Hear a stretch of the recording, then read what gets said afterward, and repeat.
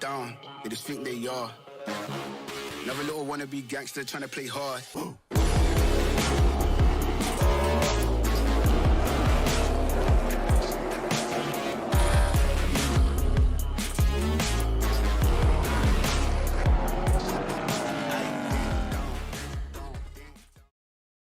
That car, we get you ready. Welcome to the JC Shaw Motorsports podcast. I'm Jaden Kurtasi, driver of the number 11, Outlaw Late Model, Sportsman Late Model, and Super Late Model. To my right, I got Harl Schaefer, and to my left, we have some special guests, the Beringers. How you doing? Good morning. Good morning. It is 11:20. Not too late. Not too early though. I'd be waking up about this time on the weekend. Who are you trying, that kid? Sounds about right. He gets up at 3 o'clock in the afternoon. Okay. Now that'd be you, buddy. No. Okay. I'm up at 3 in the morning. 3 in the morning. Every morning. Make sure you guys timestamp that 3 in the morning. 3. 3. Sometimes 2:55.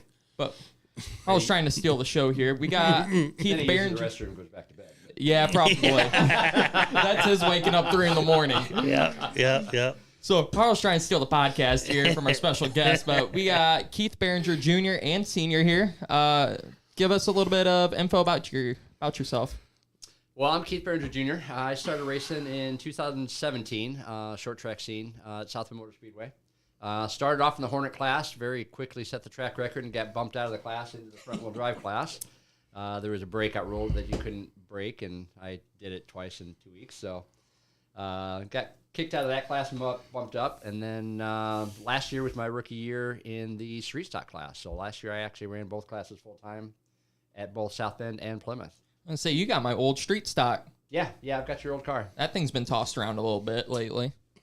Recently, yeah. I mean, Yeah. I guess it's 20-plus years that Cotton had it, and then you had it, and then Rich Bull had it for a little while and was letting other guys drive it and doing a great job with that program. And then I was able to get it from Rich. He did me right and got me a great deal on it. Yeah, you know what we nicknamed that car? What's that? Lead Sled. Yeah, oh yeah. I can tell why. It's a heavy girl for sure. Oh, yeah. It likes the weight. When you go into tech and you don't need the driver. Yeah, literally. We're 400 pounds heavy at Rockford. That's about what it is. Yeah, we went to Rockford. They asked us if they wanted to take some lead out of it. I go, no, it's good where it's at. No, we've got it completely tore down to the chassis right now. We're actually painting that green out of the chassis and everything. No we kidding. have some more flexibility with the paint schemes this year, and Nice. We're doing a lot of sanding and grinding and tweaking on it. Sure. Doing some upgrades that we can get rid of some of that weight. And there was a lot of extra previous spots where bars and everything were at. So there was chunks of old bars and a bunch of extra welds and Don't surprise me. Those are our speed secrets. yeah. Looking the outlaw, there's no bars in that. Yeah, so we've been shaving off a bunch of stuff on that and getting it cleaned up, and hopefully we can do a little bit better with it next year. Well, nice. You guys, it wasn't a bad start with it, I'd say. No. It's definitely a lot to learn going from a front-wheel drive car to a rear-wheel drive, I bet. Well, especially when you're bouncing back and forth race after race, because like I said, I ran both cars both nights at South Bend and Plymouth. So, and front-wheel drives and street stocks, with the way the tracks run them, they have a tendency to run those two classes back-to-back anyway. Yeah. So I was literally in the pits, go on track as a front-wheel drive in practice, jumped right into the front-wheel street stock because it's already on the track. So, yeah, they were running back-to-back a lot of times. So without my crew. That's probably a handful. Yeah, without the crew back there to help me jump from one car to the next, it was, get buckled in and make sure I'm safe and tightened up and everything. It's not possible to do by yourself. But, yeah, especially handling-wise, especially when things go bad or when it starts to come around, because that's where you really got to act different. You got to remember what car you're in, remember what throttle you use, because the one car you hit the brakes, one car you hit the throttle to come out of it. Yep. So they act completely different. So there was a lot of learning curve there, but a ton of fun. Well, that's good. Senior, got a little bit of backstory? Yeah, I started in 2018, the year after he did. Started in the Hornet class. Was running for Rookie of the Year in that class and ended up getting it second. Moved up a class in 19, and I ended up winning Rookie of the Year that year at the age of 68 years old. As far as I know, I'm the oldest Rookie of the Year there in South Bend ever. And last year I also moved up to the street stock. bought a car from a guy up in Michigan, just north of White Pigeon up there. And come to find out, I guess it's one of Rodney Smith's old cars. So Oh, that's pretty cool. Chassis been around for a while, but we got it on track, and it took a while to get the bugs worked out of it and get it to handling right. Toward the end of the season, I finally got it to where I felt like I could actually race the car. So I felt I made some good progress throughout the year with it. I did not try to run both classes. Just didn't have the funds to support two cars, so I stuck with the street stock last year. So pleased with the way things turned out. Had a good time, learned a ton of stuff. And, it was a great time. Well, that's pretty cool. So, for our viewers actually, how would you compare the two cars to each other, like driving style wise? Oh, it's I won't say it's a 180-degree difference. There's a lot of things that you do carry over, but like Junior was saying, when you're going into the corner and it starts coming loose, when the front wheel drive, you just stand on the throttle. You do that with the front wheel drive, you're facing traffic. So Street stock, yeah. So when you're in the street stock and stand on it, you're watching traffic come at you. So it's a tricky thing, but I carried a lot of the stuff I learned from the front wheel drive into the street stock, and the sensation of speed and things like that. You get used to that, and that's pretty much similar. So it was good. I had a good time. What was your first track you were on? South Bend. Yep. Bend. Back in the mid-'70s, I was on South Bend. I raced demos for 7 years. Oh, that's right. So I've been on the track before, but not in an actual race condition. I didn't. Sure. It was just go out there and smash and bash. And, Some would argue the Hornets isn't much different than that, but The way it looks sometimes. Well, I'll tell you what. There's some drivers down there in that Hornet class right now. There's some guys good ones, yeah. There's some guys that can really wheel their cars. Yeah, Milborn, he's really really good. impressive what some of those guys do with those Hornets. Yeah. Yeah, that's real cool. So what's race day like for you guys? I mean, you work at the same shop. You guys got your cars at different places. no, we've got a shop over in New Carlisle. We were working up until about 2 years ago now already. We were working out of a 2-car garage that we were renting. It's actually one of the old ones that Davis has used to rent, and we had the front wheel drives there at that time. And when we were moving into the street stock, obviously there was no way that we were going to be able to work out of a 2-car garage. Sure. So we found a spot, and it was double the size we got. It's a commercial spot, so it's a 24 by 40 pole barn. I found it, did the research on it, worked out the deal, brought him by to show it to him. We were walking around in the pole barn and going, This ain't big enough. crap, we're out of room already. We know how you Even feel. moved one piece of equipment No. yet, and we were saying, this ain't big enough. Yeah, we were visually doing measurements in our brain and going, well, the car here and this here and 2 cars and, garbage. So we moved into that spot anyway because it's what we found and what we had, and it was bigger than what we had. We were being evicted out of that 2-car garage because it had changed owners and it was a lease deal, and they wanted a garage for the apartment that they were leasing, so they had us move out. So We were prepaid for a while on it, so it wasn't anything payment wise or anything. They just needed it for different uses. So, Sure. Nice. You guys know how it is when you're running race cars out of the spot. And Yep. People get kind of goofy about it sometimes. So. Yep. Oh yeah. Yeah. I totally understand that. Hey, we've had that issue with what was it at the time? Was it a Sportsman at the time down at your house in Liberty? Oh yeah. Well, sometimes the wives don't like that stuff. So you're here on the family complex, and you probably catch some grief now and then. I don't know if we have in a minute.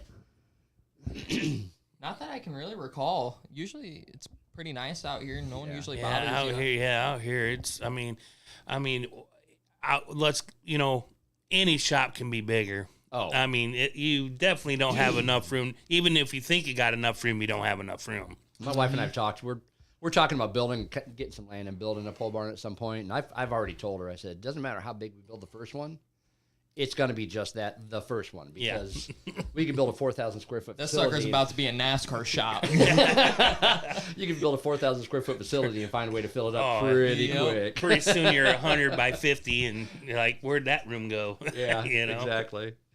Especially when you're running front wheel drives, because when you run a front wheel drives, you have a tendency to buy a lot of parts cars. Oh yeah. Because it's much more economical to buy the entire car a lot of times Sure. than trying to find individual parts. Mm-hmm. So there's several cars that we haven't even tore into that we've got laying around in different spots that we bought that one because we know it's got the spindles we need. We bought that one because it's got doors we know we need. Sure. We got that one because of whatever part on there that we know we need.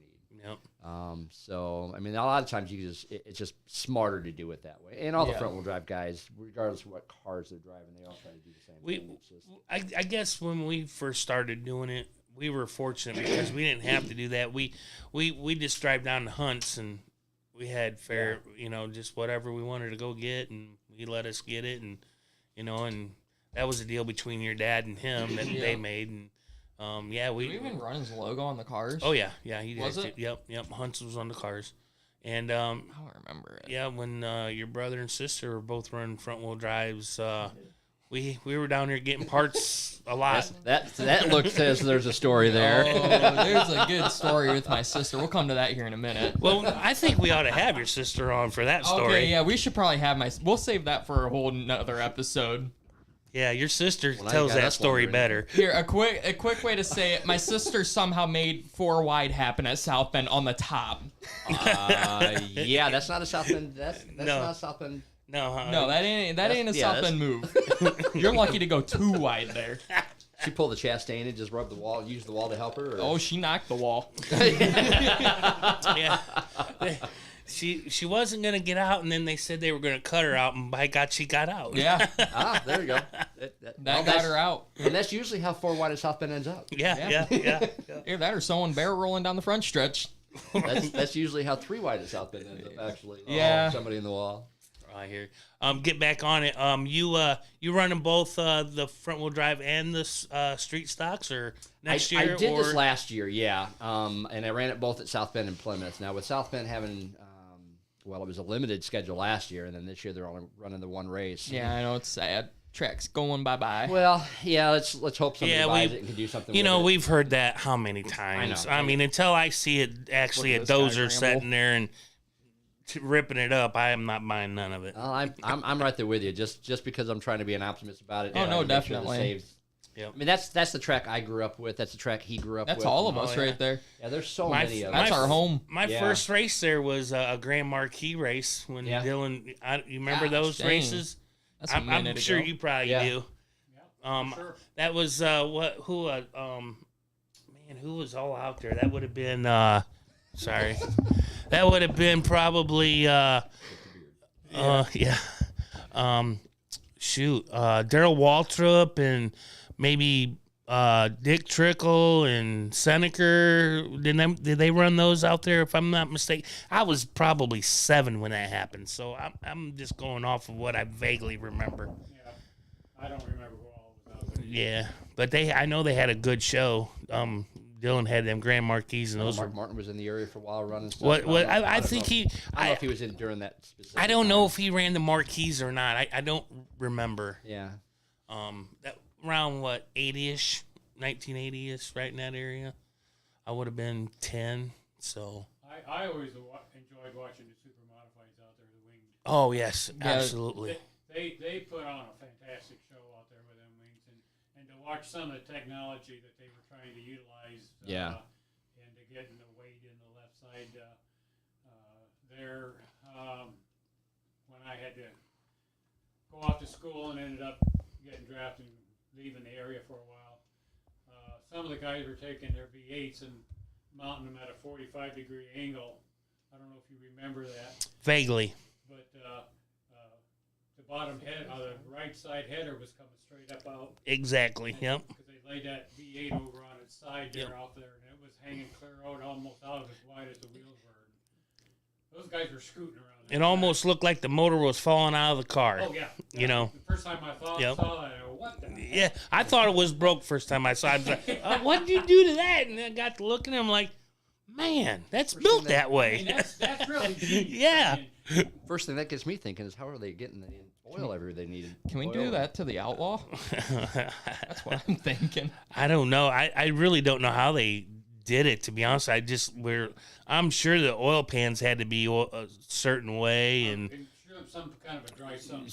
something, yeah. We just generated three tracks around the area. They're typing up a new rule right Yeah. now. Yeah, Literally. exactly. There'll be 3 different tracks with rule updates here later today. No angled motors. yeah, or back set motors. Yeah. But yeah, so your shop's New Carlisle now. Yeah. And so next year, are you gonna drive both or just the one? Right now, honestly, we're both trying to figure out what our schedule is this coming year. I know I'm not planning on running both cars full time this year, just because of how much work and time and effort and, Sure. and everything that was.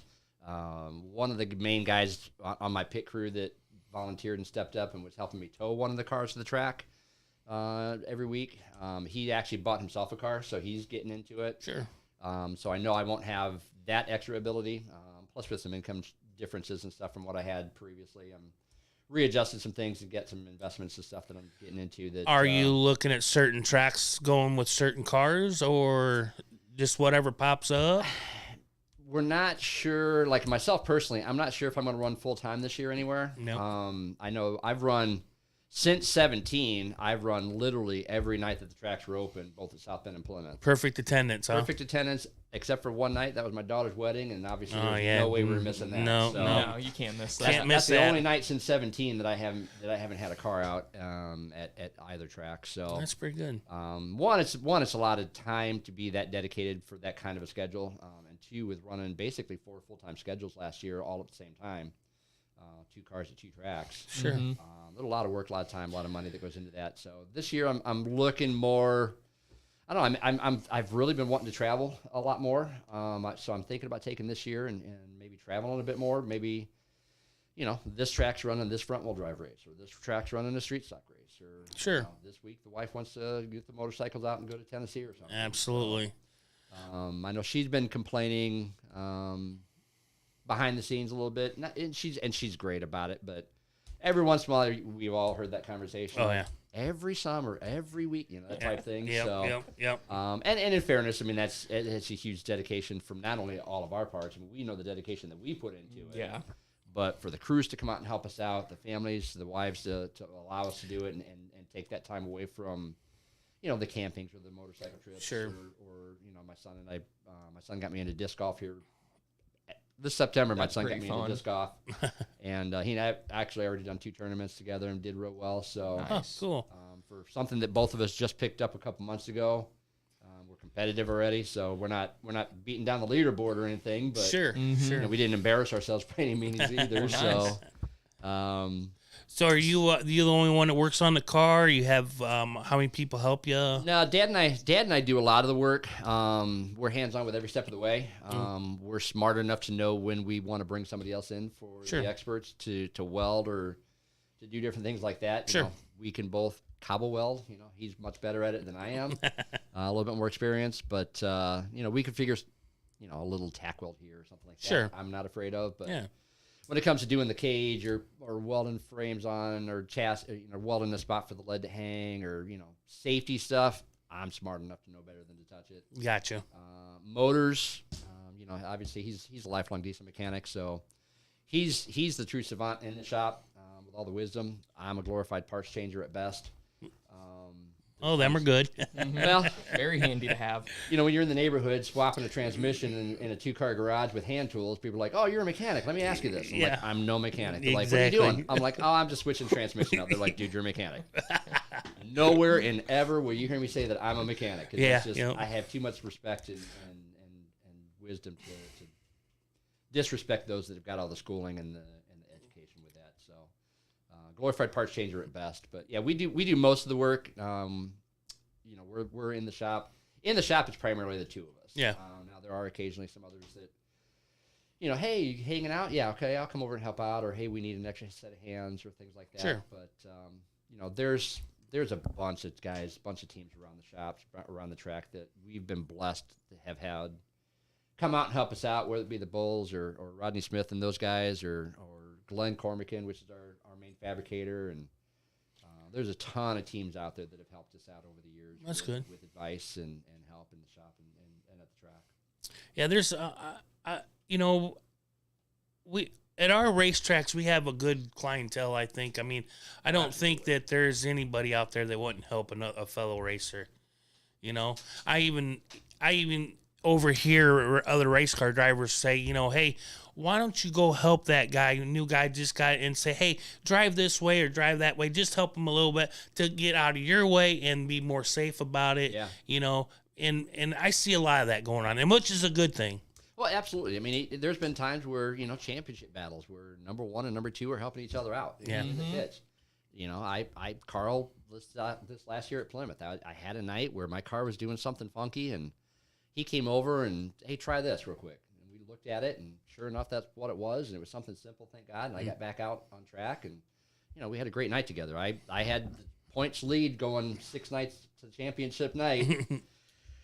And then, alternator went dead again going out for the championship race. It was me, Carl, and Casper. All three of us were going to finish 1, 2, and 3 for the championship, regardless of who finished where. None of us were going to drop out of the top 3, but all 3 of us had a chance at the championship. And going around wave lap, and the car went that one gutted me. I didn't even have a chance to race for it. So Oh, shoot, you're done right there. I ended up dropping from first to third, and had to watch the end of it play out. Yeah, So that sucks. I've had a number of times for the championship where I'm either wrecked out on championship night or mechanical something or just something where I feel like like when we were talking about the Hornet class, I was top of the points when I got bumped out of the class. So Yep. I feel like I owe the car at least 2 or 3 championships. But I tell you what, that goes to say that there's a lot of great quality competition out there between the Davises and us and Carl and Casper, and there's so many others that and it seems like y'all get along pretty good. Yeah, for the most part. I mean, there's obviously, as with racing, as with anything. Sure. Well, I'm not there all the time, but what I see, Oh, no, absolutely. I mean, there's situations that happen on track that we might not agree on necessarily all the time, Yep. but Yep. we all will do anything to help each other out. I mean, push These comes to mics shove. suck. Push comes to shove, we're there for each other.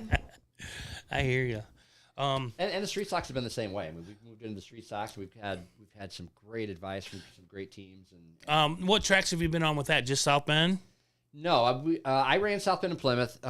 Dad, you ran primarily South Bend. You tried Plymouth. I went down to Plymouth for the first Grand Slam event. Grand I think, Slam yeah. event down there, and first time out on track for our hot laps.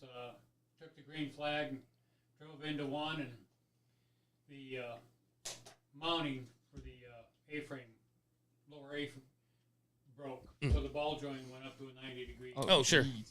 So I was looking at the pit exit gate, and I'm going right straight for it, and I'm thinking, oh, God, this is going to hurt. And luckily, I on the brakes hard enough, I got to slow down and turn just enough to where I hit the wall instead of the gate. But Everybody standing there thought it was going to hurt too because they scrambled. Oh, I bet so. everybody saw it coming. I drove the car off the track and took in the pits and looked at it and said, yeah, I'm done. Yeah. It was done for the night, but we were able to get it back the next Sure, day, so. sure.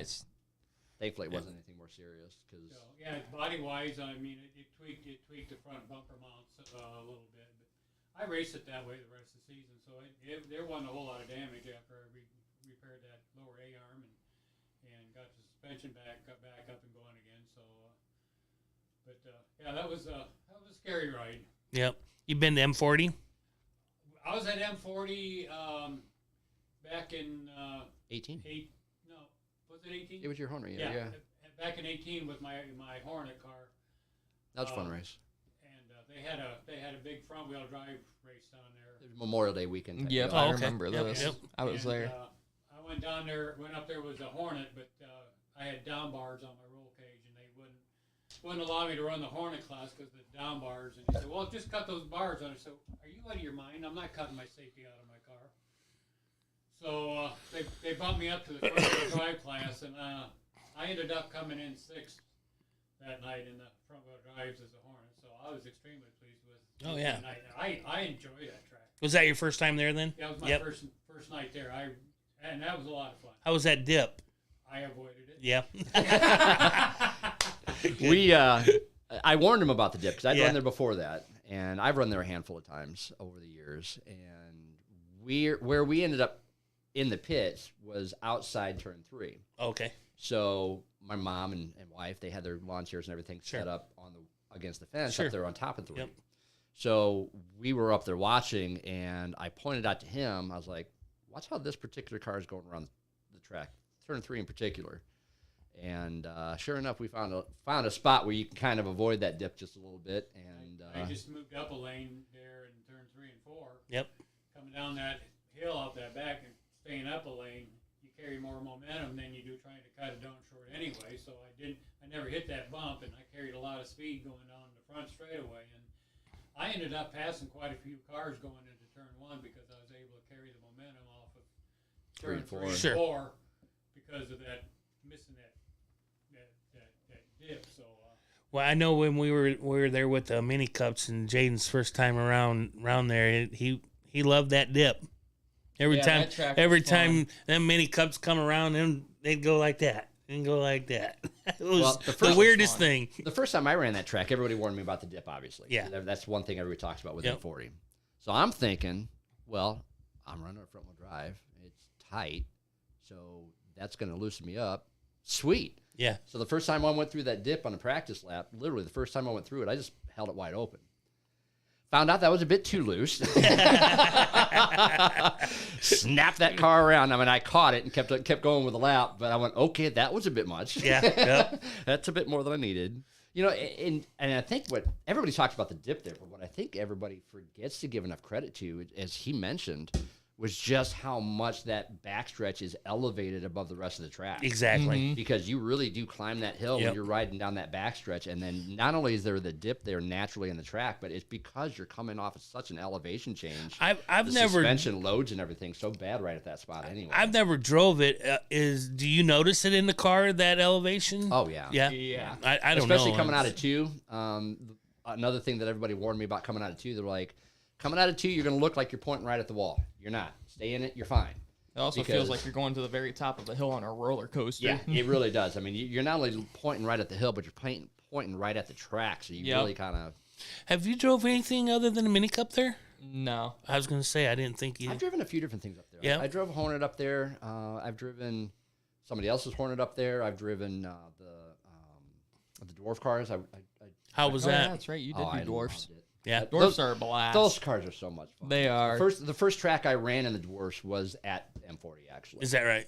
So I ran M40 one week, and then I was able to run. It was a 2-day event, so I was able to practice Friday night, which got me a lot more confidence and everything to make sure I wasn't in everybody's way because they're so drastically different. And at that time, I hadn't driven my rear-wheel drive car yet. At that time, I had just driven my front-wheel drive. So getting a feel for how twitchy they were, the horsepower to weight ratio and everything.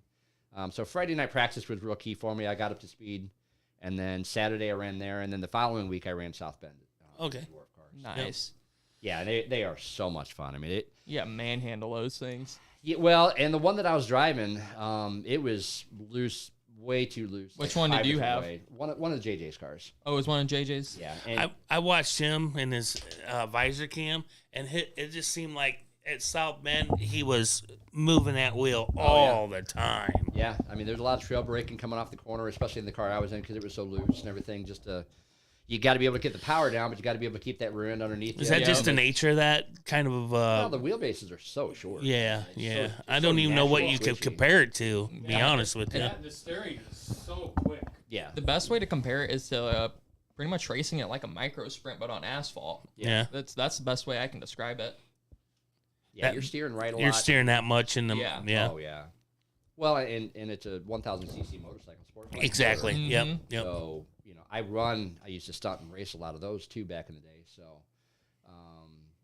I was familiar with the power bands and everything. And when you're ripping 14,000 RPM, Oh yeah. I mean, their red lines are 15, 15, Yeah. So you're 13, 12, 13, 14,000 RPM. It's such a cool sensation when you're just ripping it like that. Huh. I had an opportunity to practice lap an MCR door car a couple times, and I was getting ready to race it, and then the opportunity fell through. So I've never had a chance to race one, but I drove one, hot lap in it. So yeah, that's a sensation. Take a big guy like me, at my age, feeling that sensation of speed is just it's such a rush. Of course, you're sitting over here being humble, going, "Oh yeah, they're fun." I didn't have quite the success you did. You jump out I there. got lucky. You jump out there. No, I was standing at turn 2. You got more than lucky. There was a lot that was a ballsy move, is what that was. Yeah, I was gonna say there's some 3 and 4 wide moves in there. Yeah. Of course, South Bend. Those type cars are kind of what that track. That track, or those cars are perfect for that track. Yeah, they're I wasn't there, but I was watching his in car. Yeah, every time you don't show up, I win. I know. I think You I need just to got to stay stay at home away. every week. I'm hearing a trend here. Yeah, maybe I don't need to be there for him to win. I don't know. Tristan wasn't there either, though. Is that right? That's right. Yeah. Well, I didn't go because that was a last minute thing, if I remember correctly. That was a very last minute race. Yeah. And you had a date. Yeah, you maybe had a hot date. or something. Maybe, I don't know. But so for next year, then you're just gonna see what happens. You're not gonna make any kind of commitments in, or I'll let Dad answer for himself here in a second, but I know right now I'm kind of playing it by ear. I mean, I would like to have some things kind of set, not in stone, but kind of earmarked for what I want to do before the season gets here. But yeah, I mean, right now, running Plymouth isn't off the table for points again. The thing is, with having both cars, I want to get more seat time and experience in the street stock. I want to be able to have more tires more often than I did this year. I mean, I only put one new set of tires on it all season long, which I started the year on used tires, and then about midway through the season, put another set on in about July. So, got 30 nights or so on the tires. And as that doesn't work on those cars. And championship night, one of the guys come over and, your cords are all the way around on that left rear. You need new tires tonight. So I did put new tires on for championship night at Plymouth, but I definitely want to run the street stock a lot more. I'm not ready to give up on the front wheel drive class though. Mm-hmm. Ton of great races out there and great drivers out Mm-hmm. there. Sure. A lot of great fun in that class. Honestly, there's still some, and I find myself saying this each year, but there's still some unacquired goals in that class. I've been close, second or third in points. And I was going to say, is that the championship? that's the one big one. Yeah, that's definitely a main one. I mean, we've got poles, we've got wins, we've got, Got it all, pretty much. track besides record that, at one point.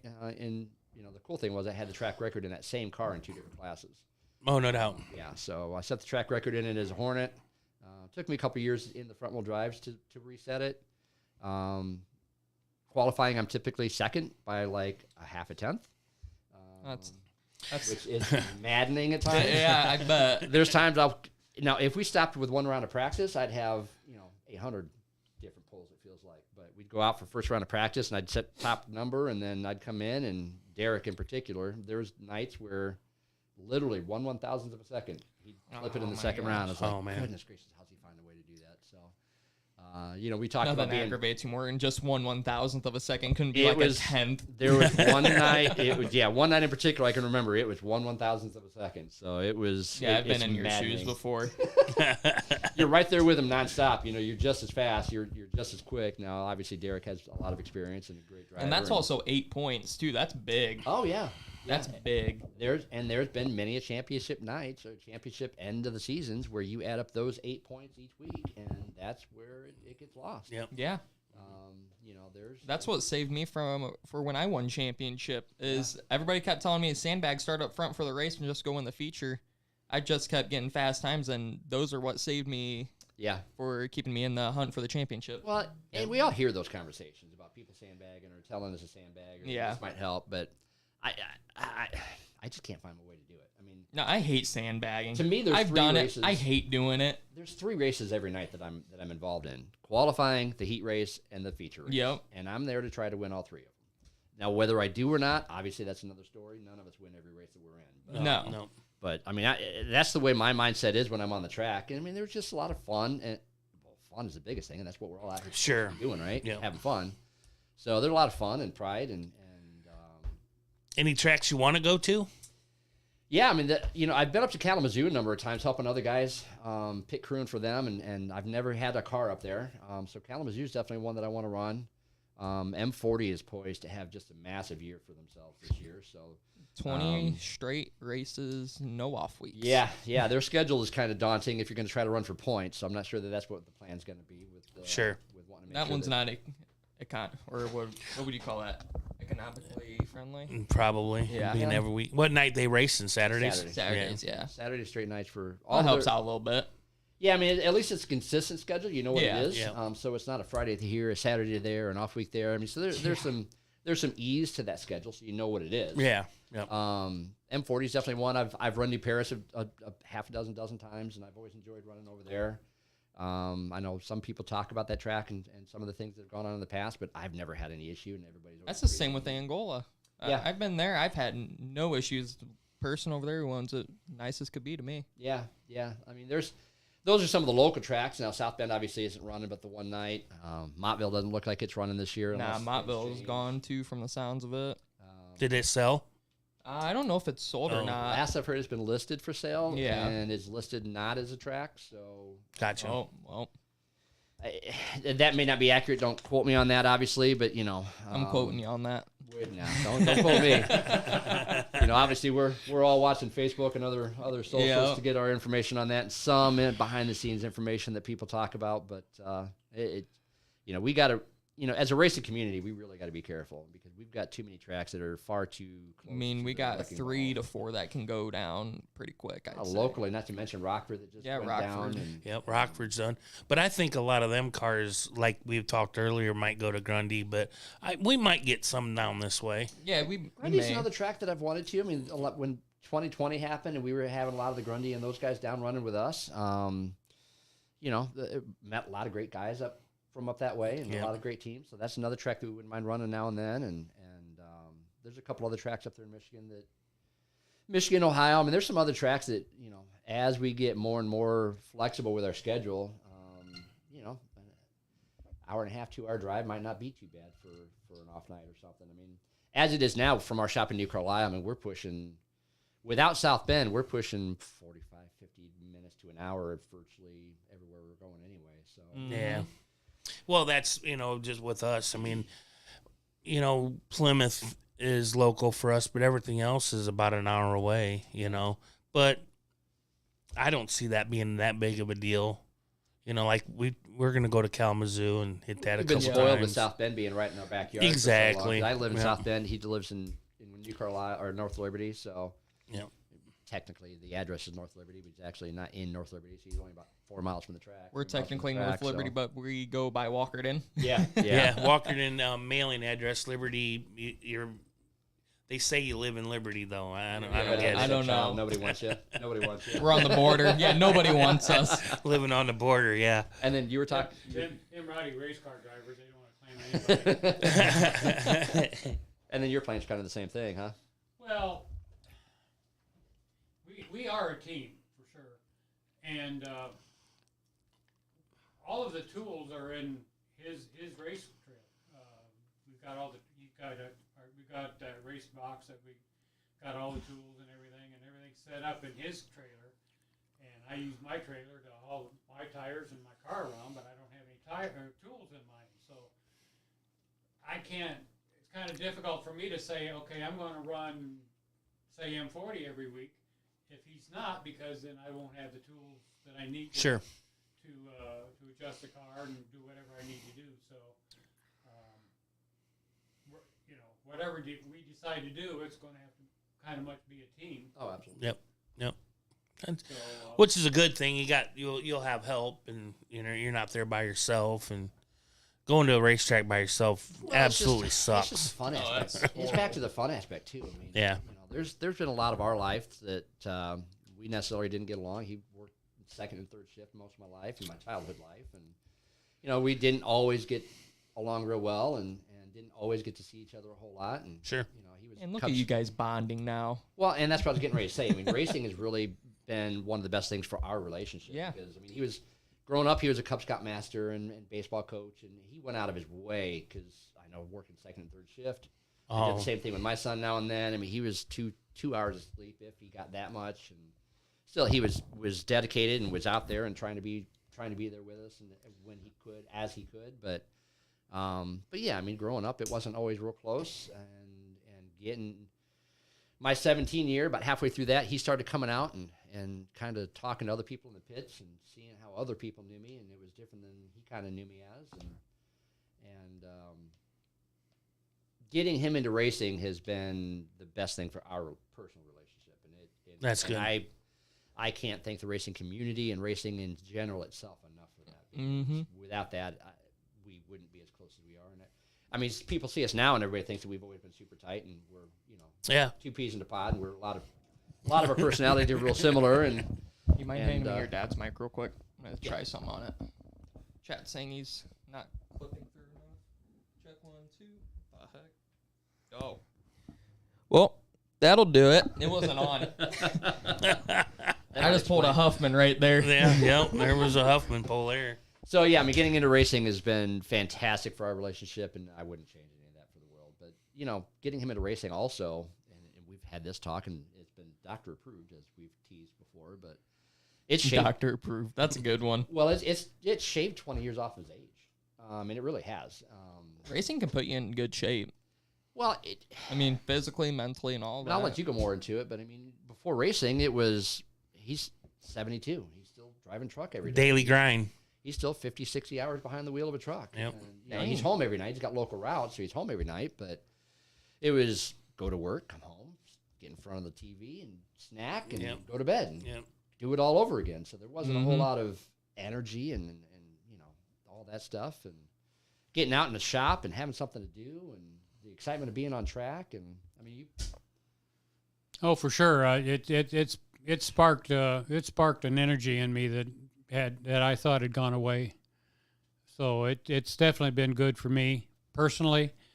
Be able to have the anticipation of going out there and actually competing with Jaden. You and I haven't raced against each other, but I've seen the opportunity where that could happen. Definitely. Yeah, I know. His mic's working. I was just looking at that. amazing how much better that works. Yeah.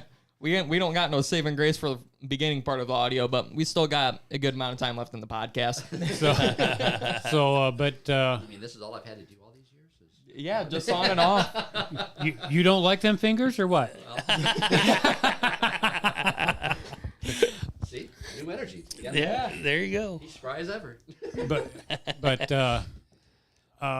I've got to talk to a lot of drivers, and especially when I was considering and getting ready to move up from the front wheel drive to the street stocks, I kind of put feelers out and talked to quite a few drivers in the street stock, and everyone I talked to, they said, "Dude, we've been watching you. We have no worry about you coming up into street stocks. We like the way you drive. You control yourself. You know how to drive. We're looking forward to you coming up and being part of us." I'm going to say, you do very well in the front wheel drive class. So, I got a lot of positive feedback saying, "Dude, we're not worried about you coming up here. There's people we would never let come up here. We're looking forward to racing you."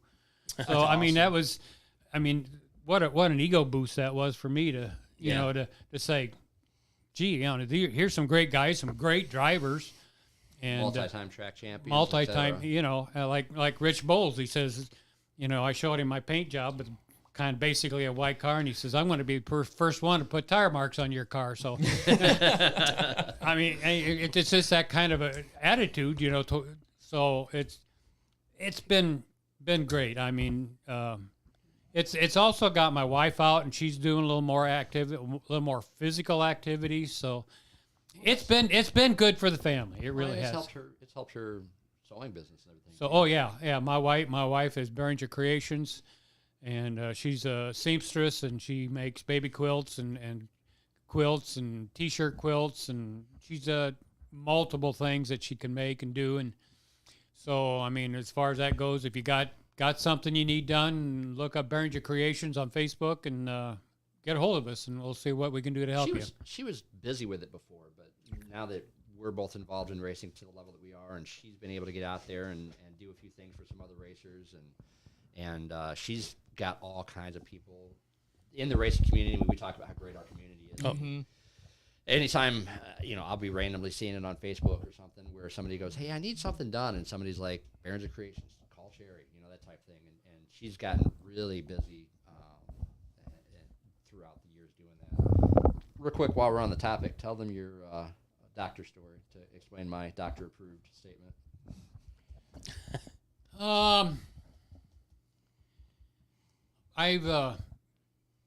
a Vietnam vet, and I've been exposed to Agent Orange.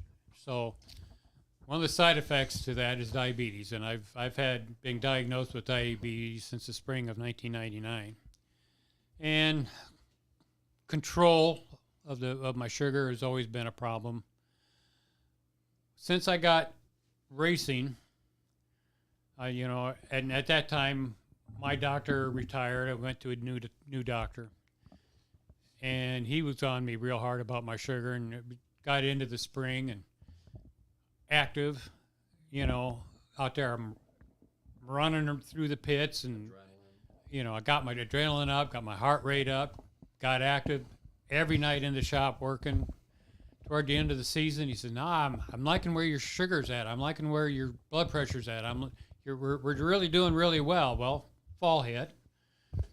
I slowed down. My sugar went back up. And he said, "What's the difference?" I said, "Racing." I said, "All summer long I've been racing. I've been active. It's fall. I'm not that active anymore." "Oh, well, you better keep that up." You're gonna have to go down south and race in the winter. The first time he went into the doctor, he goes, "Well, you must have been exercising." He goes, "No, I'm a race car driver." Doctor didn't laugh. He thought he didn't find any funny in that. Oh, Dad goes, "No, I'm serious. I'm a race car driver." All right, whatever. The guy didn't believe him, I'm sure. So the next time when he went back in and the numbers were going the other direction, Dad's like, "Well, off season, so we're in the shop, but we're not doing much. We're not on the track. We're not adrenaline and everything." And doctor basically said, "Well, whatever you were doing, get back to that." Get back to that, yeah. I was gonna say, I've actually started going to the gym lately, and I feel so much better throughout the day. It's a huge difference. But I've gotten a smartwatch. I bought a smartwatch just primarily the reason I bought it was to check my pulse rate While on track. And it's up to 130, 135. When I'm out there racing. So probably not as high as I expected it to be. I would say that's not bad. I would say we watch NASCAR and they do that same thing. Where they got they're heart like rate monitors on them. 140. Yeah, I mean that's Yeah. right in line 130. with- Yeah. Sure. So, and I've noticed a lot of times sitting in a short chute, my pulse will go up to about 110, just in the anticipation of getting out there. Oh Yeah. yeah. So, for me personally, I mean, physically, mentally, racing has really been a godsend. My wife will argue with that, but she's not happy. She's really not happy when he and I are trading paint, but that's beside the point. Well, That's just on track bonding. Yeah. And Bondo. And And Bondo. Duct tape. rivets. We found Zip ties. we found out the first night we actually raced in the front wheel drive. I think it was the second night. Second night of the season. Second night of the season, we had a late caution, and I ended up second row inside. He ended up second row outside. And I happened to talk to Chris Highball earlier the day, and I said, if we get side by side, watch out. I said, we're both extremely competitive. I said, neither one of us are going to give either one of us any room. We're going to, it's going to be. That's how me and my sister were. So I'm looking at him, and he's looking at me, and we're coming to the green, and I looked over, and he looked over, and okay, it's on.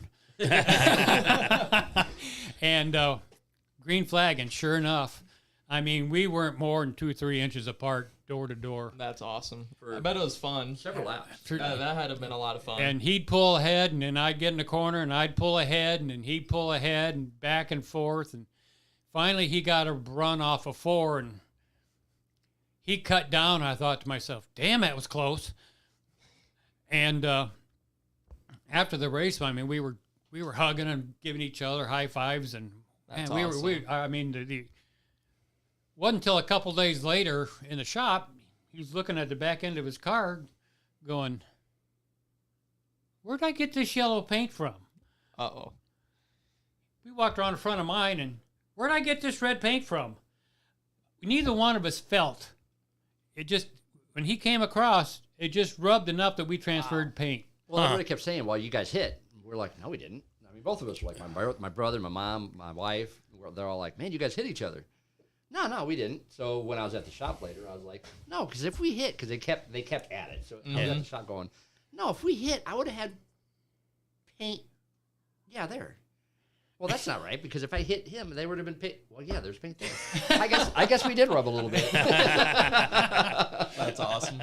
But when we walked in through the stands, I mean, everybody in the stands was just going nuts for what we were doing out there. Well, and here's the other thing, and my mom still brings this up, and this is years later. What we still heard 2-3 months later was that we need to have a camera on my car, a dedicated camera on Dad's car when we're on track, and we need to have a dedicated wife cam. Somebody near them in the stands watching them, because I guess watching my mom and my wife, my mom in particular, it was hilarious for anybody that was sitting up in front of Real stands. boisterous, huh? Well, not boisterous, not loud, just the facial expressions. Hiding behind Oh, hands. gotcha. Yep. You know, she's one that she's watching a horror movie, and I don't even Don't want to watch it, but you do want to watch If there's it. just a scary moment in a movie, she's all hiding behind her hands and everything. She's doing the same thing and turning white and That's awesome. you know, all the different little cringes. Oh yeah. Yep. He and I are just going at it.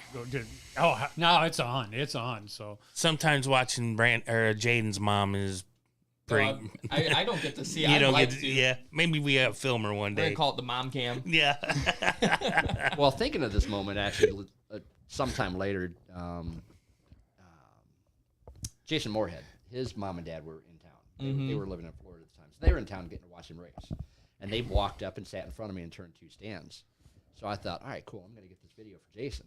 Well, that happened to be a night where he hit the turn 1 wall really hard. He got 3 or 4 cars got tangled up. He got left rear, right rear, whatever it was, and he got spun into the wall driver's door first in the turn 1 wall.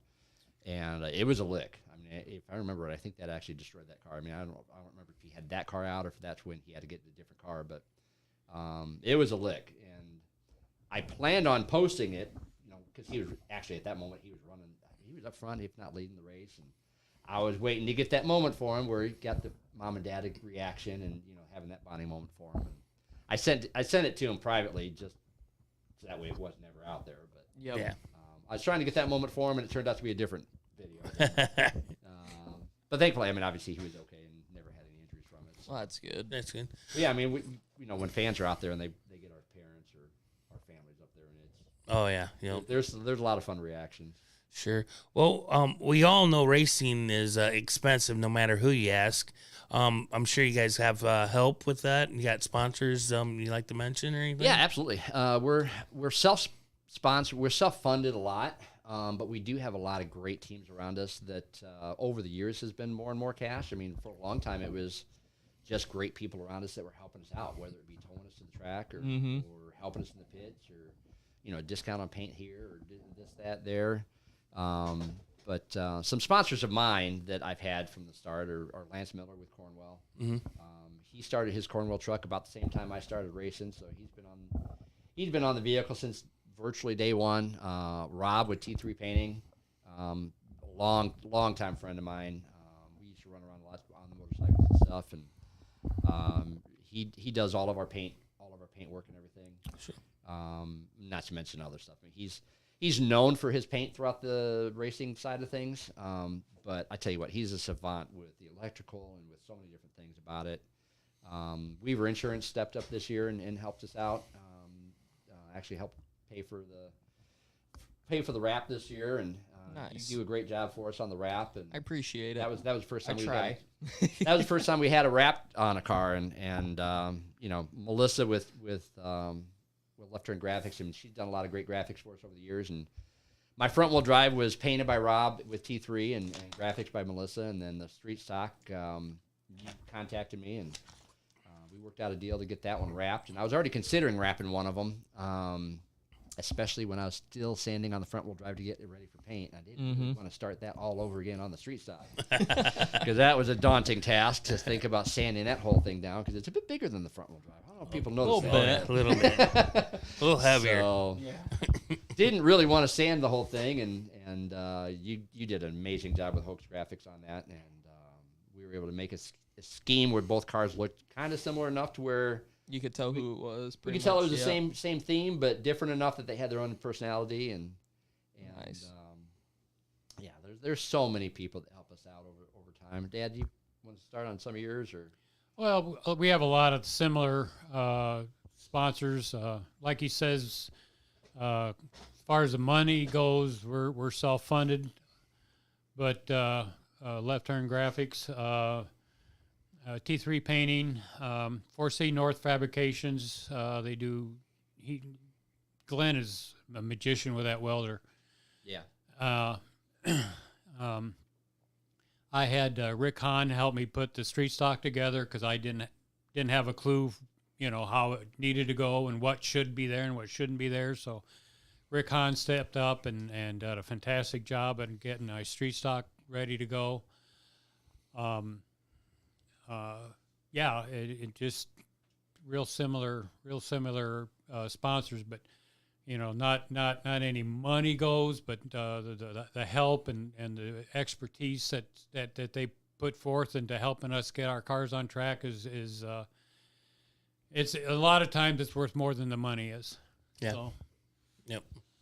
Well, I mean, and then you go beyond sponsors. I mean, you go to all of the different teams that help us out in the pit. Sure. Whether you're the Rich Bulls or the Rodney Smiths or the Davises or front wheel drives or street stocks or you guys there's different times you and I bumped into each other and talked about different things on either person's car, and mine's doing this or mine's doing that. Hey, try this, or hey, when you're on track, I noticed your left rear looked like this, or just so many different teams out there that, in addition to sponsors that ever get on the car, I think sometimes some of us forget to mention that enough. That just because they're not necessarily on a picture on a car doesn't mean that there's not others around us that are a huge support that we couldn't do this without. There's a lot of people that touch race cars that their name's not even associated with race cars. Yeah. But they know what they're doing. Yep. So I mean that's always been a plus. Especially like you guys are talking about a welder. I know 5 or 6 good welders. It was easy just to take something or they just come over and zing it in for us. No big deal. Another one that I don't want to just kind of bypass, and that's Jay Freet and all the photographers at all the tracks. Absolutely. The help, they don't realize, especially when they get in, like at South Bend, they get into the pit gate and they take photos of our cars as we're coming through out of 1 into 2, and we take those photos and blow them up and study them, and we look at the rate of the car, which way is it leaning, is it look like it's coming loose, does it look like it's tight? You can look and see where your tires are at compared to the track, and those photographs are priceless for when you're actually studying and trying to pick up on what because we don't have spotters, unless other drivers happen to be watching, seeing what we're doing to get feedback. I mean, and a lot of times we're on the track together, so we can't tell. So the photographers at the tracks are just, you just can't thank them enough for what they do. We get static numbers at the shop. Obviously, we all do that. We all put them on scales. You get static numbers, but that doesn't tell you what the active numbers are. Exactly. You have to have like a pull down rig to kind of get an idea of that. Yeah. But still, those can also bend your chassis and stuff, and it's not really good for them. Not to mention the expense or something like that. Yeah. Have a space for something like that. So. Yeah, That's where you just freaking drill 2 bolts in the ground and get some ratchet straps. Well, even then, we would look at the photos and go, well, nope, ratchet a little bit more. It looks a little bit, a little more. a little lower, a little bit. Snap. I will Too say far. the nice thing is with the Outlaws, it's more possible to do that because of the coilover shocks. Yeah. Being able to have the little O-rings on the springs and all of that, see your travel. Yeah. And that helps out a lot for that. The but- street stocks we've been able to get into some of that. Where we've Have got you? Some of that, but the front wheel drives is tough to. I would say front wheel With our drives I shock- could see being a lot harder. With our shock setup, it's a little bit tougher to kind of get those type numbers. So. Yeah, when we got that car that you have, the first time we got it and got looking at it, Charlie had a little bit of a bump stop set up in the left rear of that car. Mm-hmm. He had I think it was a longer shock, but he had a bunch of bumps in there, and so when it come down, it just stopped right there. And how he figured that out, that was cool. I mean, I don't even think we used it. It was just something we found on the car. And Well, I hear that took it. car had tons of success over there. Yeah, it Oh, did. had It a did. lot. Yep. I mean, New Paris is it's a quarter mile, but it's more of a quarter 3/8 type of Yeah. blend. It's a little bit flatter than South Bend or Plymouth, so I mean it's a different setup type of a beast. Yep. I know the first time I ran it my front wheel drive, I related it to I felt like I ran a road race that I just never turned right. Because going into one, it felt more like a road race type track where until I figured out a better line where I didn't have to brake as much and slow down as much. And Yeah, that's why he didn't run a front wheel drive. We didn't want to get polluted with the difference between the two. And I hear a lot of guys. I hear a lot of teams, especially second and third generation teams, that they talk about that. Yeah. Mm-hmm. Charlie with Sage. I mean, they've talked about that where she ran a Hornet or she ran a Hornet. Yeah, she ran a Hornet for a bit.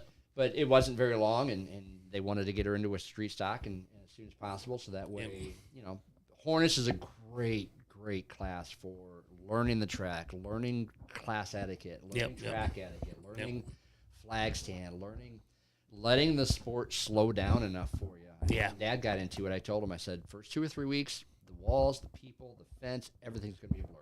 You're going to be very tunnel focused. You're going to be right off the nose of your car. It's going to be difficult to get beyond the nose of your car. I say, give it 2-3 weeks. You're going to start noticing things around you on track. Give it start another week or slowing two. You'll start noticing individuals in the stands, even on the straightaway. They're wearing my hat, or hey, they're flipping me off. I got one for you. Whatever. I already know where this is going. We Jaden drove cage carts and stuff like that. We didn't have no radios in. So then when we got into Mini Cup and got into radios, I was his crew chief and his dad was his daughter's crew chief. So we're on the radio and I'm letting him know we're getting staged up, getting ready to go. He's in the race. Oh, so-and-so's here. Oh, look at them cheeseburgers they got. And I'm like, dude, aren't you racing? Yeah, we're out here racing. Well, yeah, but you can see everything. I recognize that completely. The brain speeds up to catch up to the speed you're going, so it feels like everything slows down. I mean, you hear Michael Jordan and Tiger Woods and all these fantastic greats of all time talk about it, that everything around them is just going in such slow motion because they've sped themselves up with all the practice and experience and everything else, that their psyche and their mind just gets to the speed that everything is just slow motion. Oh, I know. Yeah, when he's out there, We can relate to that in the car. yeah, for he sure. can just talk up a storm and don't bother him a bit, I mean, it was weird for me. I think it was one time when Dale Earnhardt went upside down, and I think it was at Daytona. It might not have been, but after the race, they were interviewing him, and he's talking about all the drivers. Well, this driver, he's on his lid. Well, this driver hit me, and this driver just barely missed me, and he numbers and 17 names. got me in I the have first. not seen this. I mean, and he just clicked them off. He knew exactly, flip for flip and who did what during the whole action. He had When it this had guy all hit me, slowed my down shoulder so much broke. for him he could see. And Is that the one when he got out of the ambulance and got back in the car? No. no, Oh, that, okay. that was No. Richmond. Okay. This was the end of the season before he passed at Daytona. Okay, so 2000. Okay. And honestly, I'm not a doctor. I don't have any, but I think that actually contributed more with his passing than I think he had lingering things from that incident. Very well could be, yeah. that weren't necessarily at that time diagnosed. Sure. Because there was other drivers that were pulled out of cars after Earnhardt because what they learned with Earnhardt, they were looking for. And Because of the concussions and whatnot. Marlin and others Exactly. that got pulled out of the car. Primarily the neck injuries. Yes. Neck injury. Yeah. You know, that's why we all wear Hans or Next Gens or whatever Yep. now. I mean, that type technology all came from that. So, but if you go back to the season before, towards the end of the year, that's when this situation happened. Because a week or two after that, actually, he was back in the car again right away, and green flag went, and he was on the outside, and they went down into turn one, and he just never turned. Yeah. And they pulled him out of the car after that because I don't know if he blacked out or spaced out or what, but. And say Denny had that issue at Kentucky after his big wreck at Auto Club. Yeah. He blacked out and wrecked. And this was right after that big wreck that he's talking about where he was so on it. He knew exactly what hit, broke his right shoulder, left shoulder, whatever. I mean, he knew it all, but after that he was definitely battling probably concussions, probably some different basal neck things. Yep. Definitely, yeah. That we've learned more about since then that, thankfully guys don't have that issue I anymore. was going to say, I was out for a month because of my concussion. Yeah. Mhm. Mom and Dad wouldn't let me get back in the car, neither would the doctor. I don't blame them. But I also felt like I was half crippled after that. Look at Kurt Busch. I mean, it ended his career. I mean, It did. He ended up retiring full time for him now. So Yeah, it sucks. I like Kurt, too. Yeah. His old radio chatter's fun to listen to. oh yeah. The only problem I ever had with Kurt was I was a big Gordon fan. Oh, So shoot. The very first year of the playoff system, and that wasn't a playoff at the time, but the very first year they changed everything, Gordon would have won that championship. Yeah. The point system, and Kurt got it because of the new point system. And I was 2 or 100. 3 years later, they changed the point system again, and once again, Gordon would have got it without the change. Yeah. He would have got it with the old system, and he would have gotten it with the 2 years old system. But again, he ended up with 4. And There's a lot of drivers that got screwed out of championships when they started changing the formats. You know. yeah, You know. yeah. So. I Gordon's don't not mind the only one. new but- format, but I don't like the winning you're into the next round. There's a lot to be said about that, but I wish that they had a process if they wanted to have that. If you win, you're in. But I also would like them to at least the most consistent person. Well, Just Exactly. because you won and you're in doesn't mean you're consistent. Well, and once they get into the playoffs, Kyle Busch a couple years ago, Martin this year, Yep. they didn't do anything through the first 3 rounds, but they kept getting advanced because of all the points that they got through the season. Mm-hmm. Granted, they earned those points, and granted, that's why you shoot for those points, and that's why you go for the Yeah. season championship. not I don't end of like the season playoff championship, points. No. But they really were having, make up a number here, but let's call it 20th place average finishes, and yet they were still continuing to get through where other guys in the playoffs were having banner times. Yeah. I was going to say, Average 3rd or 4th place finishing positions, and they were getting bumped out of that round because And I'm not saying the what's it 16, right? They started with They started 16. at 16. Yeah, I'm not saying that consistent driver isn't in that 16, but They that definitely consistent driver is usually the first one out in that deal. I think they need to let it come up to like 5 races and have them most consistent, like Hooters Pro Cup did. I wish Yeah. they'd do the playoff system we got still. You take the 16 drivers, but you can kind of do an elimination format still, but you do the final 5 races, or you have the final 5 races, and that's the final 4. The final 4 races it out through those final 5 races, and that's your championship. Well, here's I the mean, thing. it wouldn't be bad, but NASCAR and primarily through the TV partners wanted to create something like this. Yeah. And here we are talking about it. Yeah. And this is exactly why they wanted to create it. mm-hmm. Yeah, I it doesn't really matter how they do it and what they do. There's going to be people that like it and people Yeah, that don't like it. absolutely. I mean, I find myself, even when I go back to original, when they just strictly did points, they show, you can get online and you can see what, if it was just on that, who would win and who would be where. And that, Not like we do on the short track. yeah, and that would be more or less the most consistent person being at the top, not necessarily the person that won the The most. playoffs do make it. They can make it pretty exciting. Yeah, in that system. I'm not saying it's not exciting. I just wish they would do it just a little different. Well, I mean, if I they wanted see to a be lo- more like football or baseball Yeah. or basketball, the regular season means you're seeding. But after that point, it doesn't mean that you're automatically seeded further. Yeah. It might get you a bye in the first round, and it might get you 1 versus 8 versus something like that. Mm-hmm. But you could be the best team through the regular season and not have a good postseason, and you're out early. Yeah. Yep. Where with NASCAR, with the current system, with gaining all those points and those points resetting every single week Exactly. or every single 3 weeks, it resets to what it was. It kind of muddies that a little bit because, somebody can get hot. If you can make the playoffs in, say, basketball, an 8 seed can go all the way and win it. Oh, yeah. Because they're not automatically hindered every 2 weeks because the other team is going to have. The other team doesn't start with 10 points on the game over you, where in NASCAR it does kind of start that way. I just thought it sucked that you'd have 3 or 4 people that had won 3 or 4 races, and they're not even in the top 4. Well, That I've talked to some other people before, and one thing that was brought up was, okay, great, this in-season points matter, the playoff points matter, all that stuff matters. You have your seeding of 16. Once you bump them up, say you give all of them, you start them with more points than the rest, so nobody else is catching them, whatever. Yep.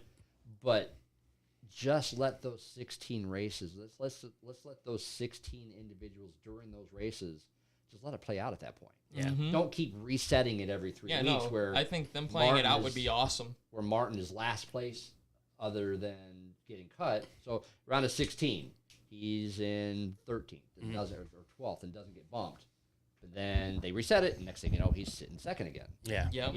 That's where I think they kind of skew it a little bit and take it away from the football, basketball, baseball type analogy of Sure, the playoffs sure. because they get repointed every couple weeks anyway. Where if they just let that round of 16, okay, whatever points you're earning during these 16, great. And then the round of 12. Well, if you're in 12th, you're still in 12th because you didn't have a great 3 weeks. Sure. Mhm. And if you drop that far, then you drop that far. And then you got to catch up this week. If you didn't, then that next round happens. So I Yep. think if they just didn't reset it every 3 weeks, I think that would change a lot of things. Yeah. It definitely would. I think it'd make it pretty interesting. It would make it interesting, and it would be less fabricated, quote unquote, Yeah. drama. Because then those 16 races matter, or 12 races, whatever it is. I keep saying 16 because around 16. Yeah. Those races matter at that point. Yeah. So, it's almost like a season within itself, which it is now. I mean, that's kind of Yeah. where they've got it. Yeah. but Yeah. I think that would kind of bring it more in line with what other sports are doing with their playoffs. Because somebody can get hot in any other sport and go win the whole thing. Where in NASCAR, if you get reseeded every couple of weeks, you can get hot, but then it only matters for that 2 or 3 weeks. Yeah, I think that's fine. I was wondering The whole, who it the was. whole I was table, wondering. the whole table's moving. But All right. before we get too far off topic here, You have it? yeah, I guess solid point. We really did get off topic. Way off topic on that one. We went from talking about you guys to rambling about NASCAR championship points formats, but Something we're not going to be fighting for. So No, yeah. No, just dream. yep, just those days are dreams. long past us. But I'd like to go through one of those driving schools though, where I could drive a NASCAR and that'd be cool. Oh yeah. We went to Chicagoland and did the Richard Petty driving experience. That was pretty cool. I think I got up to 145, 47, something like that. That'd be awesome. Yeah. I know some of my crew. They've done the Rusty Wallace one. Yeah. Mhm. Yeah. Times, and they say it's definitely worth it. Yeah, it was definitely an experience. I mean, I'd love to do it again. I'd love to do it at Talladega. That's where I would like to do it. But Chicago was fun. It was intimidating for a minute until you got Michigan up to would be the. fun. I mean, that's I another bet one. you that would be fun too. That's another one you could pull. You get up there, you just watch the light and get up there to the other car, and then once you're in that window, they'll just keep it green and they'll keep going faster and faster. I think we got, what did we get, 8, 10 laps? I don't remember what I it don't was. remember. I was like freaking 10. Yeah, yeah, I don't remember, but it wasn't a whole bunch of laps, but it was fun. It was fun. It's definitely worth the money if you ever get the chance to do it. But So I'll do a quick recap. I got drafted into the Drive Smart to Daytona series by Landon Huffman. I've been racing for. Does he Huffman regret that yet? I don't think so. I was running. We just did our first race. Nothing he said publicly yet. Yeah, nothing he Exactly. said. Yeah, exactly. Well, maybe get a hold of Huffman and see what's up there. Yeah. But we just did our first race at Daytona. I didn't live stream it on the YouTube channel. Everything was kind of last minute put together, and I didn't really know what the heck was going on. There was not really a lot of communication going on. But I ran top 10 almost that whole race. I was up to 5th on a green-white checkered. Coming off turn 2, had a shot to win it. I should have jumped out when we came to the line for the white, but I missed that opportunity. But came off turn 2. I think Logan Clampett was on the bottom. You guys probably don't know what I'm talking about. No, I do. Okay, Yeah. cool. Okay, cool. I honestly, I was going to try to go out there with you that week to help you, but you were gone a lot. I was going to. Oh, it's on iRacing. Yeah, Oh, he's talking about Yeah, this is on yeah. iRacing. Yeah, no, this is just sitting there at a computer. Yeah. I thought you were talking the one where you went to North Carolina here recently. No, Oh, no. that'd been cool for you guys came out to that. I know you guys wanted to, but Yeah, that was a nice experience. yeah. But Logan Clampett got hooked. Of course, it hits me of everybody around me. It hits me, so that figures. And then I went from running 4th at that time all the way to finishing 31st. Oh wow. Yeah, that sucked. Some things don't change. I was just saying whether it's online or on the track. I mean, we've all had those experiences where finishing position didn't necessarily mean how you ran that day. Yeah, message Landon saying we came close to winning that one. He said almost. Almost, yep. But How many of them races you got? I got 5 more, I believe, 4 or Yep. 5. The next track, it really isn't my best one. It's Dover. Oh, So we'll see how that goes. iRacing finally got multi-group racing fixed, though. Did they? Yeah. It's no longer single file run the bottom. I've got a few friends that run it, and they were talking about that before. Mm-hmm. So. Oh, that was so bad. Now it's actually kind of multi-group. You heat up the bottom lane, the lane will move up a little bit. So you can kind of run almost anywhere now. now does that tell you that second lane comes in, or do you have to find that out on gotta your own? find it out. Gotcha. If you find it, it's fast. So, but I don't know if I really got anything else to recap. Well, you just hit what? Oh yeah, we just hit 3,000 subscribers on YouTube. You're gonna have a drawing for give something away? Or? Yeah, we're gonna. I don't know what we're gonna give away. I have to think about something, but yeah, we'll do a giveaway on that. So make sure you guys stay tuned on the Facebook and Instagram page. We'll have something posted up probably within a week or so. Come up with something, I'm sure. Oh, another thing is I almost bought a late model stock. Well, yeah, but you didn't. But I did. I almost did. Kind of wish I still bought it, but I didn't. Dad said I could have went and got it, but Yeah. Well, that was a 2019 Hedgecock. maybe better things will come down the road if we hold on a minute. Well, I think if we get rid of a specific car, I think we'll have a late model stock in the shop pretty soon. There we go.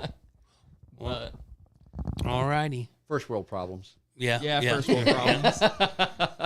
Yeah. Got to eliminate one to get Yeah, one. Daddy ain't helping me on this one. I gotta buy this one all out of my pocket. So You don't get the old man's checkbook? nope. Uh-uh. Like I really haven't gotten that in a minute. I probably ain't It's seen been it. a couple of years. But other than that, you guys got anything else you guys want to talk about on the podcast? Now, I tell you what, we definitely appreciate you having us on. I know we ran no into each problem. other down at PRI, and Oh, yeah, that was fun. well, I'll tell you what, PRI was a blast. This was our first year doing it all 3 days. Oh, nice. I've been down there one day. Well, like the first time I went down there was 18, which was right after my rookie season in 17, and he was talking about running. So we went down there on Saturday, and we went into the smaller room. Started off, we're like, oh my God, this is huge. So we went through the room all that day and got down towards the end of the day, and we're almost at the other end. We're like, all right, we can see the wall. We're almost done. And then that wall opens up, and we're like, what the heck is all of this?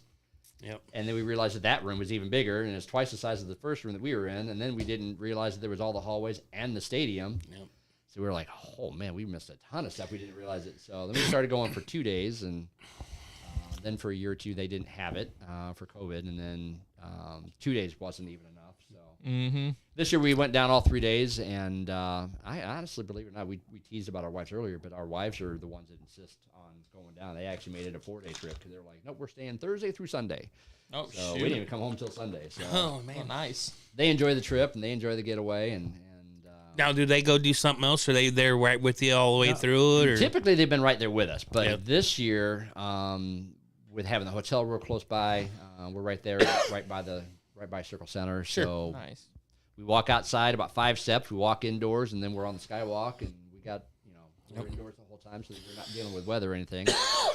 So this year they actually, all right, you guys go ahead, and we're going to do some shopping at the mall when they open up, and we'll see you here in a little bit. So, yeah, a little bit of staying with us, and a little bit of just going and hanging out, and we got some family down there that we catch up with each year. Oh, sure. Down and do dinner, and Absolutely. I think dinner's the big reason why they do it. Yeah. Oh, the food down in Indy's If great. you've not done Hyde Park Steakhouse, I don't think I've been We- to the Brazilian steakhouse. Yeah, in and then we went to Sullivan's. Sullivan's, yeah. We've been to Capitol Grill down there. Too. Yeah. that's good. And when If you've not done been to Hyde Park, Weber. definitely recommend Hyde Park. Yeah, that's another one. Want to go make a road trip?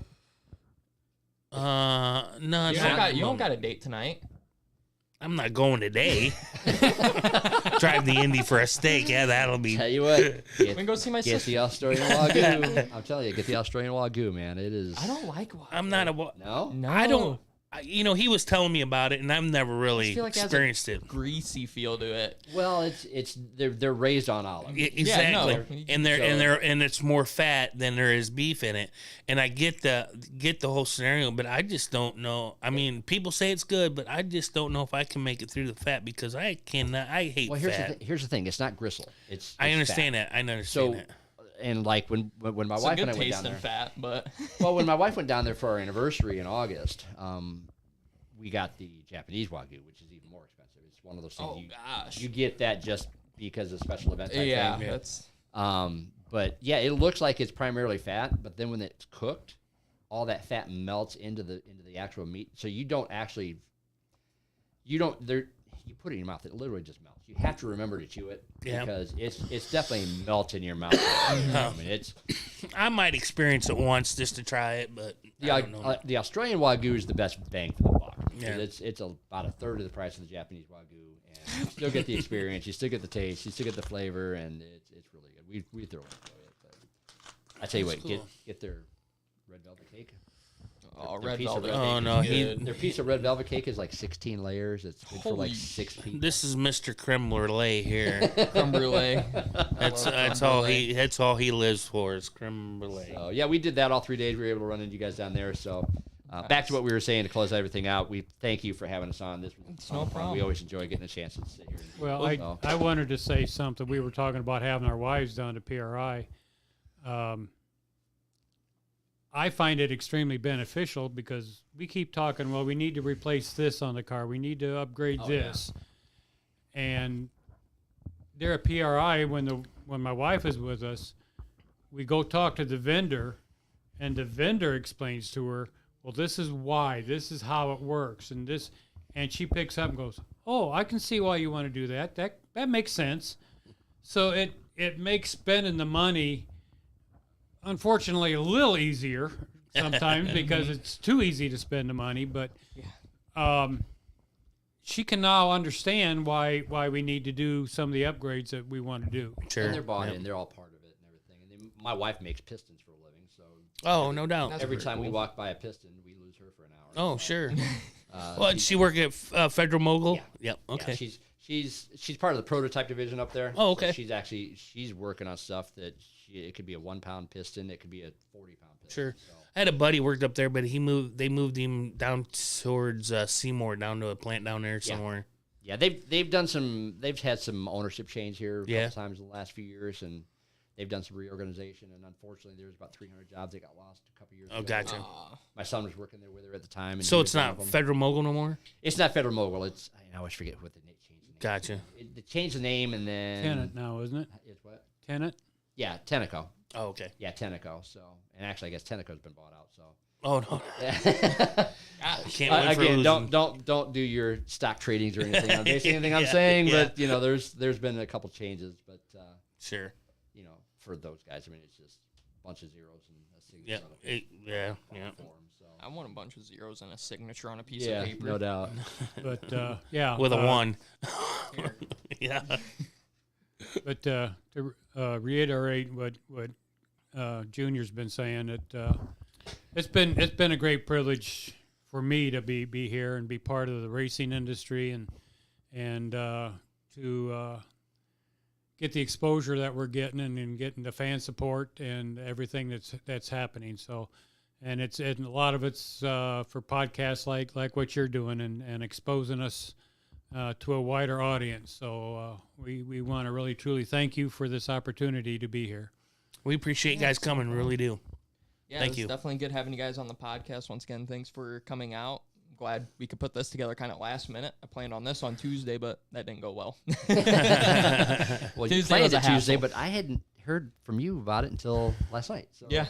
plans were Well, in place, but we didn't know about well, it. Yeah. well, we tried, but you know, we just can't get nothing. You know, it's hard for me and him to get together. No, it's Yeah. all good. We here we are, local short track guys. You know, Yeah. we're just local hometown people. Yeah. And here we are on a worldwide platform that Yeah. NASCAR and Formula One and other guys get the opportunity to do down then. And Mm-hmm. Yeah. amazing what technology's been able to do for us, but it's really cool in this.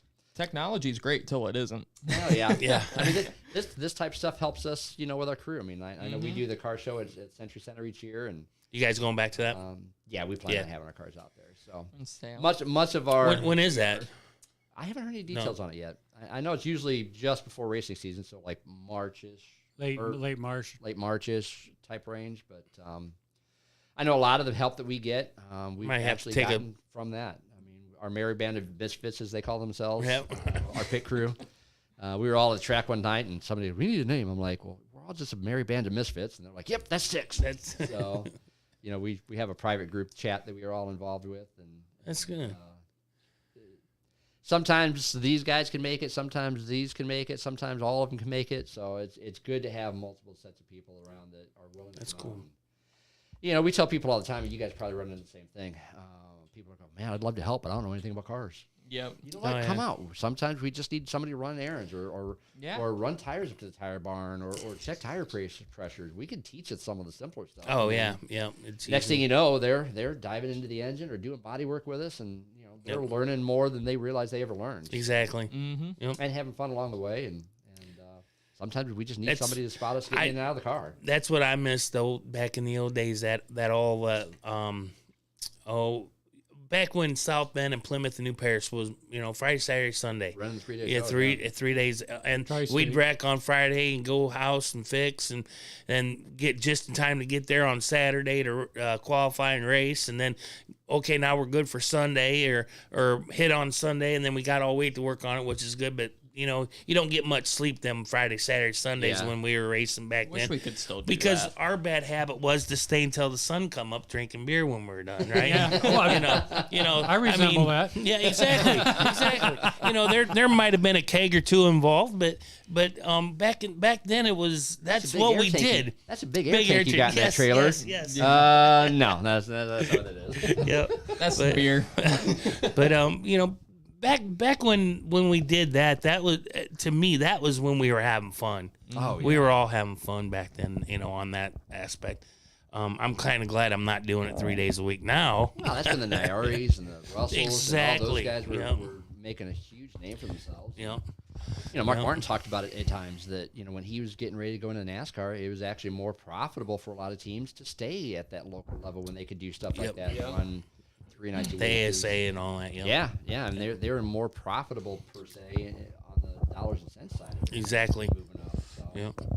And I think that's what's going to happen with that Cars Tour. Yeah, I think that Cars Tour is going to take off to the extent that someday it might be the entry level to get into Cup. well, with the Earnhardts and the Harvicks and the other other high level experience, Jeff and Burton. names, those guys getting involved Yeah. with it. Yeah, it's The one thing I'm worried about with Cars Tour, Junior has talked about this a little bit, is he's wanting to get the NASCAR teams more involved with it. What I worry about there is all of the technology that these Cup teams got and all the money that they got compared to, say, the average local guy who wants to go into Cars Tour with a top-notch car but won't be able to compete. well, all that technology they haven't been able to utilize here the last couple of years with this current car. That's true as And, well. and another thing on that too is those cars that they're running are pretty much they're cut and dry. That's what they're gonna run. I mean, that's been proven for how many. I think them are the same kind of cars they use in Hooters Pro Cup race. We all say that, and yet we're all racers, so we all know those gray areas. But I think if they stick to their rules, I think that it'll be fine. I mean, if they stick to all the rules. I mean, if you They don't turn into a CRA pretty much. exactly, and I hate to say that about CRA, but I mean, I've watched it myself. It's just too much politics in CRA. I mean, it's all about who you know there. You get that at every level. Yeah. You do, but you see it At some point. much more in CRA. When we went to that Cars tour, they didn't care who you were. No, yeah, they don't care if you're some Cars Tour driver or local driver. If you failed tech, you failed tech. Yeah, I mean they don't pull the punches of so and so. Who cares? Just like Landon, he knows Junior, but I mean he didn't get no favors. No, Landon got DQ'd in a Cars Tour race. Yeah. So I mean, I'm just glad that they're holding their standards to that level. Yep. Well, it's like the SRX series. I mean, I think Tony and those guys are doing a great Oh, job. yeah. They're talking about putting a 7th event. They want to do a double header with the Cars Tour at Wilkesboro. Is that right? Yeah, if they That do would that, be I'm huge. going. Yeah, heck yeah. That'd be awesome. You can drive? For both I'll series. drive. Get Landon's car? Oh, no, I won't be racing. I'll drive down there. Oh, gotcha. You won't be racing that you know of so far. Yeah, so far So that I know far. of. Well, Anything can happen. Hit me up, Nelson Motorsports. we've talked about it, ourselves about having Tony come down here with the SRX series down here to Plymouth. We think that would be a great track for them to come down and run at. I believe they cost. I know you have to have $250,000 up front for them to show up, and then I think it's $500,000 total for them to come to your track. I'll say the track would show up great on TV. The old NASCAR grandstands there, and It would look good. Tony's run it obviously many times when it was dirt. How many people can they put at Plymouth? Does anybody know? Well, according to the recent news articles, it looks like about 8,000. 8,000 and Dang, that was a lot more than I thought. I was thinking maybe 5 if you're lucky. That's the number they threw out there here recently, at least. Gotcha. And I don't know if that's 8,000 as far as grandstand seating, or if that's like a concert type setup where they've got the extra seats on the That's track. what I'm things kind of like that. thinking. But 5,000 to 8,000 would probably be a good number. I mean, not much different than those local tracks up in Michigan or anything that they're running. no. I mean, no. Berlin's got. I think they're up to 15,000 now. Are they? Yeah, they expanded huge. Oh wow. Well, they're sold out for the SRX Yeah, series. they're already sold out again, I believe. But Well, I'm good. You good? yeah. Yep. But alrighty, well that's Thank you, guys. Yep. Thank you so much, man. This was a lot of Appreciate fun. it. Anytime you need to, let us know. yeah, definitely. Well, that's gonna conclude the podcast, guys. Thank you all for watching. Thank you guys for 3,000 subscribers. We're on our way to going somewhere on the YouTube channel. I said that's huge. You've only been doing it for A year, Yeah. not even yet. yeah, that's Not great. even. So But we're getting there. other than that, thank you guys so much for watching, and we'll see you guys in the next one. Have a good one. Ding dong, they just think they are. Another little wannabe gangster trying to play hard.